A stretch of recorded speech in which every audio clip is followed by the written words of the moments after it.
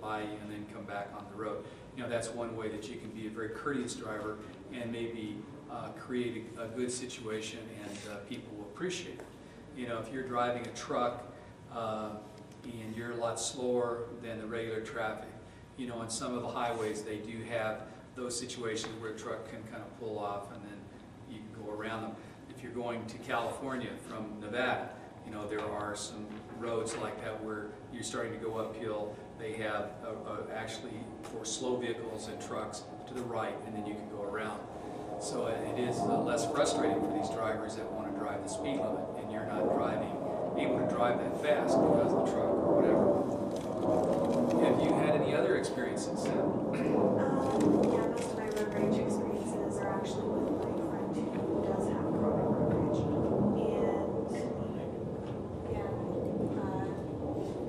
And anytime she's driving, she gets into an immediate state of anxiety and frustration with everybody.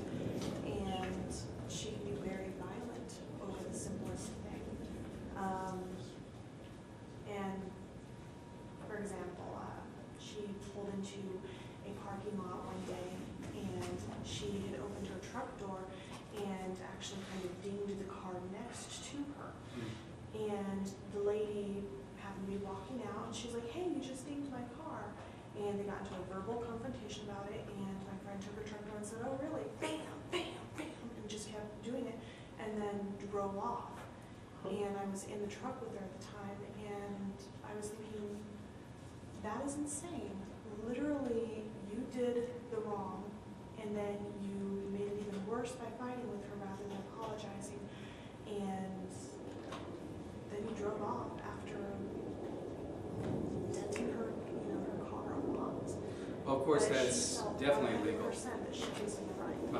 Well, some people do feel that what they do is correct, but did anything come out of that? Did she get stopped or? No, apparently the lady didn't get her license number or anything like that.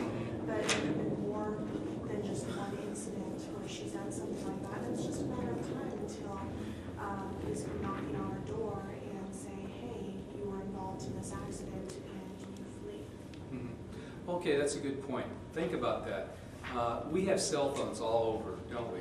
And when someone sees that we're doing something wrong, or if we make a problem and someone gets upset, it's very easy for someone to use their cell phone.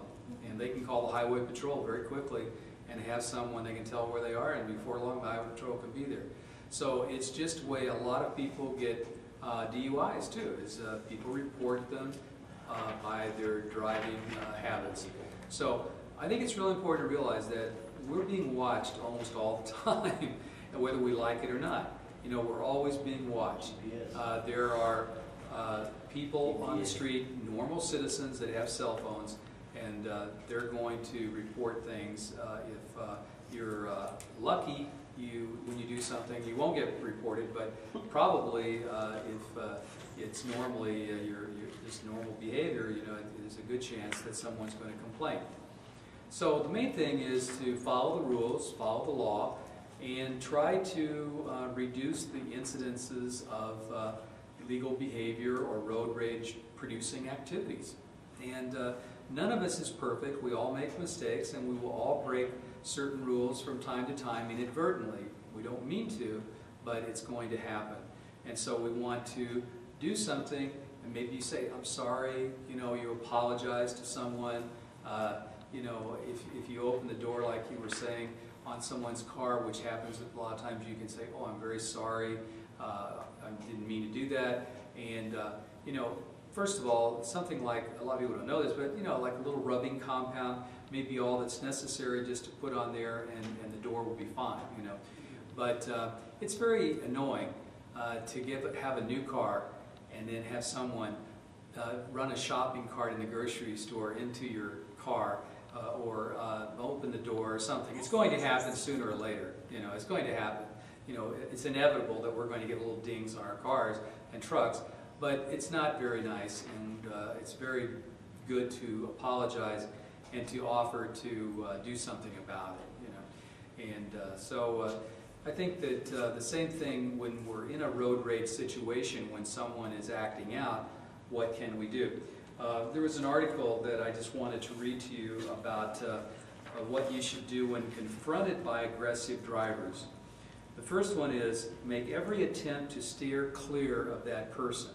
One time I was driving in California and I was in Santa Barbara, and a person came off of into an on-ramp where it was on the coastal highway, and this person was just swerving and weaving. It appeared to be the person was driving under the influence of alcohol. That's what it looked like to me. And what I did was, my kids were in the car with me, my wife was in the car, I tried to move ahead, get away from that person, get as far away as I could, be in another lane and be as far ahead as possible. And I kind of watched the person out of my rear view mirror, and they were just driving all over the place. And then finally I saw them, they took another on-ramp and went off of the freeway. Thank goodness, you know. The point is, though, that that was an accident waiting to happen. Someone could have been injured, someone could have had a car wreck, someone could have been killed. So avoid or steer clear. Number two, don't challenge people by speeding up or attempting to just hold the same speed in your lane. You may want to move to another lane, let them go by. In your case, you couldn't do that. You may, if you are driving below the speed limit, maybe you want to speed up just a little bit. Maybe you want to pull off if you can, let them go by. But don't challenge people. Some people will speed up, then slow down, speed up, then slow down, as a way of just acting out, you know, and trying to antagonize the person. You don't want to do that. Number three, avoid eye contact. So if someone is doing something wrong, you don't want to look at them, you know, like this, or give them an obscene gesture, or shake your fist at them, or do this, you know, at them, you know, because that's just going to cause problems. And we did mention this, but I just will say that, you know, in the state of Nevada, it is legal to have a gun in your car. You can have a gun in your car legally. Legally. And so consequently, if that's legal, here's the situation. You don't know who's carrying a gun and who isn't in their car, you know, in Nevada. So I'm just going to tell you, it's better to assume everybody has a gun, and you're treating everybody in a very polite way. It's legal? Legal. Legal. To carry a gun Loaded? in your car. If you're in every other town other than North Las Vegas. North Las Vegas, you can carry a gun, but it can't be loaded. You can have a gun in your car, but it cannot be loaded. North Vegas, not. But in Las Vegas, you can have a loaded gun, yes. You have to have it in a locked case, though, don't you? No. No, you can have it on the seat, you can have it under the seat, you can have it in your glove box. And this was in the newspaper article, in the Review Journal, that specified all this. You're saying no. Everything separate, you know, everything separate.